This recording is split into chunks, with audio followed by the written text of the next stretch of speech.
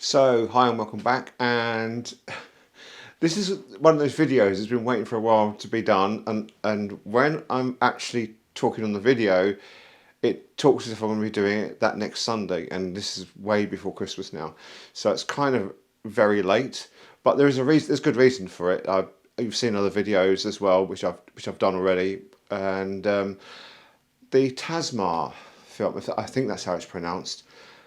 I just wanted to try it. It was a cheap film photography project film that I bought and just wanted to try it out. And it's been sat just laying around with the rest of my film not done. So I decided to take it out, and I went out in London when it was snowing, and it was I think I mentioned, I think it's about the 12th of December or something like that on the actual video itself.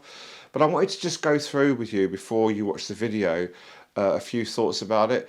The film is very, very thin, and I thought it'd be difficult to load into the spiral for the developer, and it wasn't. I used the development times from Massive Dev Chart I think I was using Rodinal. Yeah, I was using Rodinal, and the times it said and the actual what I got from it, it just didn't seem to match up. It seemed to be slightly underdeveloped. Now, the other thing that I'm going to mention is about getting the temperatures right. I know for a fact I spent ages making sure the temperature was right when I was developing this film. So it isn't the development times, or it's the development times and not the temperature. So there is that. And I scan them like I do with my digital camera. But what I've done differently in developing, I have started using deionized water. So what I do is I mix up the developer with deionized water and then bring it to temperature. And then I develop and then I fix, but I then wash in ordinary water. And when I put the anti-static wetting agent, as I call it, in the photo flow, I don't know what the different names are for it now. When I put that in, I then again use deionized water, and I'm drying it in a different room. Actually in here, this room's a bit warmer, and I've got no streak marks at all on any of the negatives whatsoever, nothing, and I'm getting less dust marks as well. So that's really pleasing. I've got some ID11, 5 litres of ID11 coming in the next week or so, and I'm going to get some deionized water and mix it up in deionized water, and I will do the same with my fixture as well. So the only time I'll use ordinary water is when I'm doing a standard rinse, and then I'll rinse it out with deionized water. So anyway, that was the update I wanted to do at the front of this video. And this video is quite long, but it's quite fun. And there's one last shot at the end which was taken on my mobile phone, and you see me or hear me describe what I think it's going to look like, and I got it spot on. So I'm really pleased, and I hope you enjoy the rest of the video. Don't forget to like, comment, subscribe, and buy me a coffee. And I'm looking at doing Patreon, so I'll be able to do other stuff in there as well. And I know a few of you have supported me, and if you can carry on with that support, it'd be great. Anyway, enjoy the video. Okay, so it's the 12th of December, and I made it into London, and just out and about. I've got a tour to do at 2 o'clock, so I come in extra early. So I got here about midday, and I was surprised. All the trains were cancelled, and I walked onto the Bedford railway station and said, "When's the next one?" He goes, "If you get on that train, it's going to leave you in about a minute." I got on and it left, and we were on time. Well, I say on time, we're 4 minutes late. So I've been really fortunate to get in, and I'm literally just wandering around. I've got this Tasma film. Thank you for the corrections. I read it as asthma because I didn't see the shape of the T, which is quite funny. So I don't think, I mean, I don't really think, unless you're doing some real like 5x4 zone reading type stuff, I don't think you get brilliant photographs in black and white in the snow. I really think it's a real, like, it's like a colour thing. You know, tell me if I'm wrong. Tell me if you think I'm wrong. So I'm literally going to go and walk around. I've got about an hour, and I've got my T70, and we're going to try and take a few shots from different places than I've been before. Although I know this area, I've not photographed in this part of London before, in this side. So we're going to have a wander around and see what I can find to photograph. But I did one of the Shard and one of Guy's Hospital together. Okay, so now the Shard's in the distance. I'm in Borough. I walked down Borough High Street, and I know this little park. I've not been here for about 7 years, and the reason being is I know this well. I was working for a company 7 years ago, and we were like electronically mapping out all the cycle tracks, and we would do it on tablets, wandering around with GPS, and just literally marking out what was there, what information was there. Was there no cycling sign? Were there road humps? That sort of thing. And I'd sort of take a walk down here. And I've taken a couple of shots. In the other park, I took a shot. It was like a cat and a mini snowman on a bench, and there was this girl right at the top of this play. I say girl, she was a young adult or an adult. At the top of this playing frame. It was really, really high, so I got a shot of that. And I've just done one of a war memorial, and I'm on my way back. I'm going to take another shot of that because I wasn't really that pleased with it, because I think I'm going to get camera shake. I think I've got problems with camera shake. It's so blooming cold. So on my way back now, I'm going to take a shot of that again, and nail it this time. But what I'm going to do is I'm going to switch. The T70 does have a shutter priority, so I'm going to switch it over to that and put it up at 250th and see what it gives me as an aperture for that. So we'll see. But I've done 10-11 shots already, which is quite nice. It's a 24 roll of film, but I'm not going to rush this film, but I'd like to get it out by next Sunday. And I say we're at Monday at the moment, so we'll see what we can do. Okay, so now it's Wednesday, and I spoke to the camera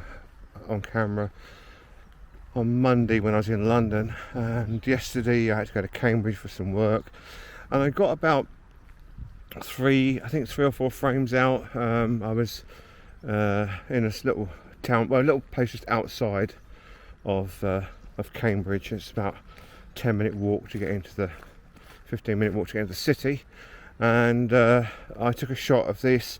I don't know what it was. It was very colourful, but I was using black and white film, and you'll see it now if it's come out all right. And a few shots of a museum, front of a museum as well. But other than that, I haven't really done much more. I took one shot this morning of some graffiti that says Jason on it again. It's one I took in colour the other year, but I wanted to get a different shot, a different perspective, so I've done that.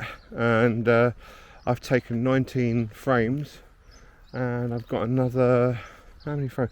So I've got another 5 frames left to do. So anyway, it's still like this, and it's cold and miserable, but as I say, we'll try and get this one out before the weekend. This weekend I'm going to also, that's the other thing I'm going to do, I'm going to check that I've got a developer that will develop the film in the sense of getting the right times for it.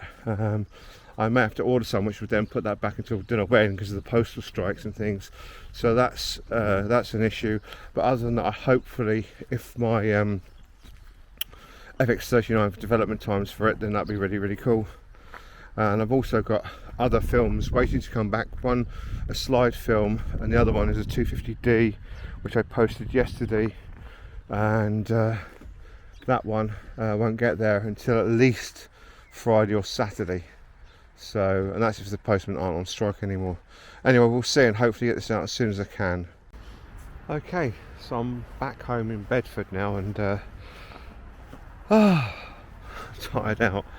I've got about 4 of these frames left, 4 or 5 of these frames left to take, and I said I wanted to get the film developed by Sunday so you could see it Sunday. I'm hoping I can. I've got some Rodinal, it can develop in Rodinal for about 7 minutes, I think, so that looks quite promising, so I'll hopefully be able to do that. The only issue I have is the temperature in my house. Obviously it's quite cold. Hold on, let's turn the camera around. There you go, so you can see me, and the sun's behind me. There we go, put myself in the frame, as it were.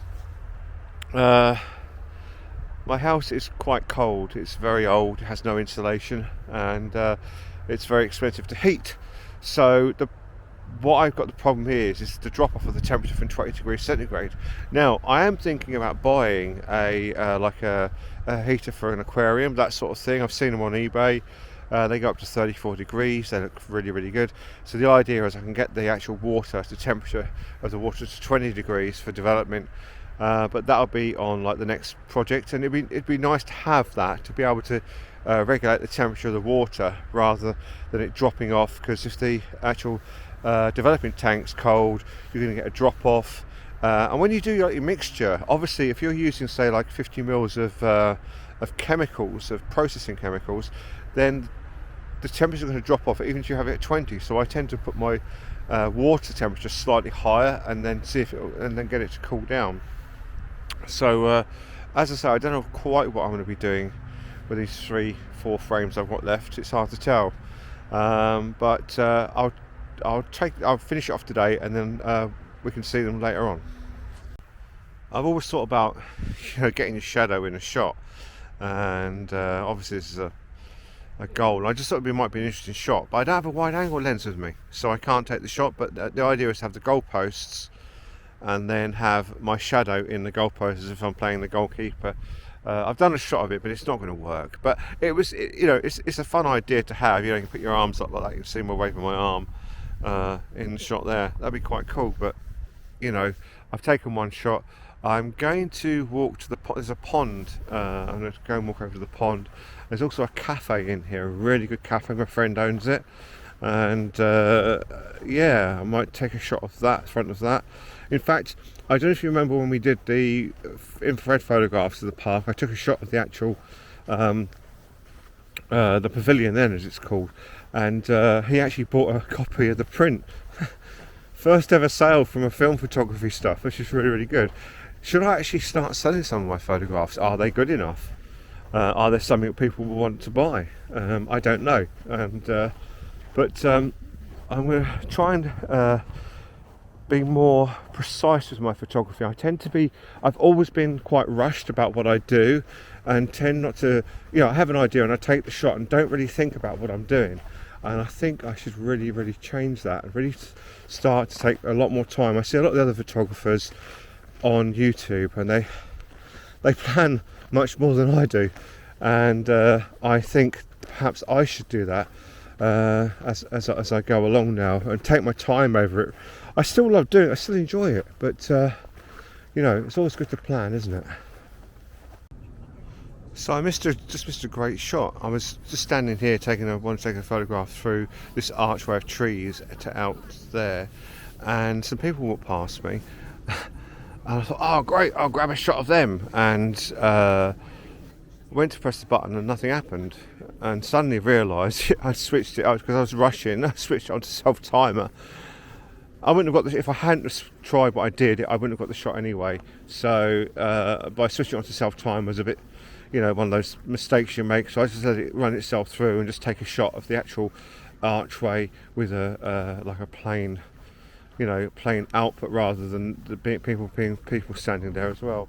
So this is the pavilion, and I don't know if I've mentioned this before earlier in the video. I don't like photographing Christmas decorations because it really, really puts a timestamp onto when it is, and I think they're really nice for the season. But taking photographs of them, I really, really don't think it's my sort of thing. So I never, if I ever take, it'll be one photograph. But I just do not like the idea of taking photographs of decorations and stuff. It really isn't the sort of thing I like to do. Okay, so just taking a shot of pretty much what you're seeing, other than the tree on the right hand side. So the life belt and then the frozen pond. And it's got a quite interesting pattern where obviously the birds have been walking or trudging through the ice over the past few days, and I was hoping that would come out quite distinctly and quite strong. And it was 125th at f5.6, I think the shot was. Funny is, I took a partial reading and I took an average reading, and they both read the same thing.